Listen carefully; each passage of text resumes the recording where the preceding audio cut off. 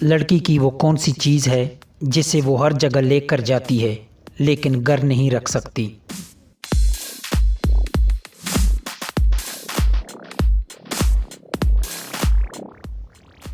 जवाब है इसका अपना नाम।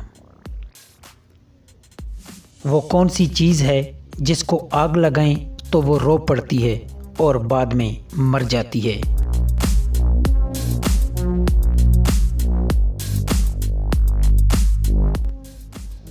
जवाब है इसका मोमबत्ती। इंसानी जिस्म का कौन सा हिस्सा बिजली पैदा करता है?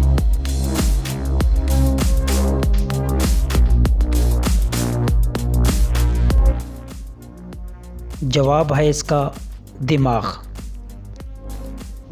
वो कौन सी चीज़ है जो शीशे को बिना तोड़े आर पार जा सकती है?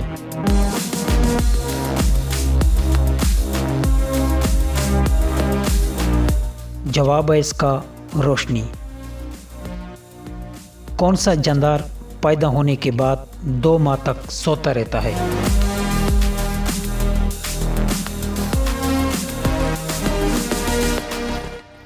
जवाब है इसका बालू।